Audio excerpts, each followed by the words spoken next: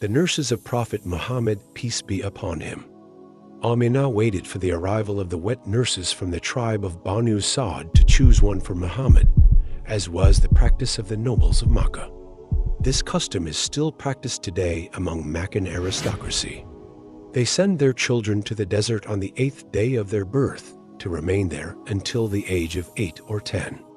Some of the tribes of the desert have a reputation as providers of excellent wet nurses, especially the tribe of Banu Sa'd.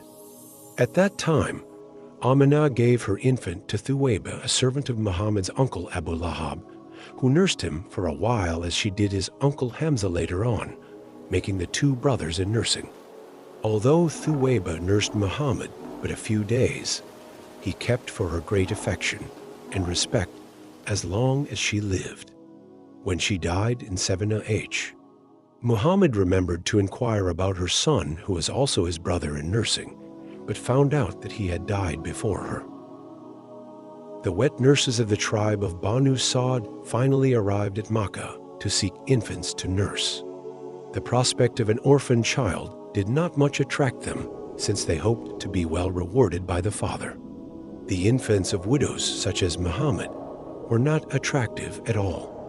Not one of them accepted Muhammad into her care, preferring the infants of the living and of the affluent.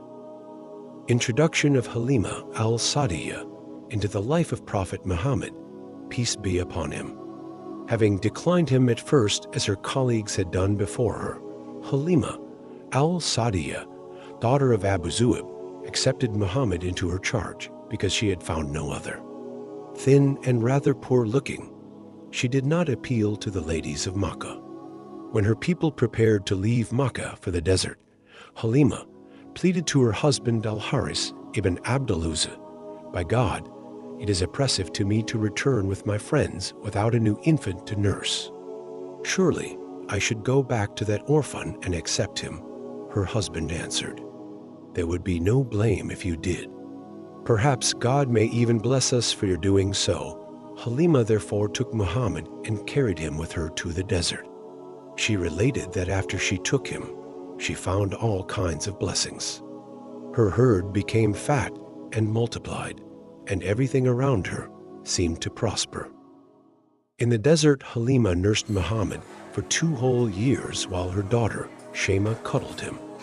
The purity of desert air and the hardness of desert living agreed with Muhammad's physical disposition and contributed to his quick growth, sound formation, and discipline. At the completion of the 2 years, which was also the occasion of his weaning, Halima took the child to his mother, but brought him back with her to the desert to grow up away from Makkah and her epidemics. Biographers disagree whether Halima's new lease on her charge was arranged after her own or Amina's wishes. The child lived in the desert for 2 more years, playing freely in the vast expanse under the clear sky and growing unfettered by anything physical or spiritual.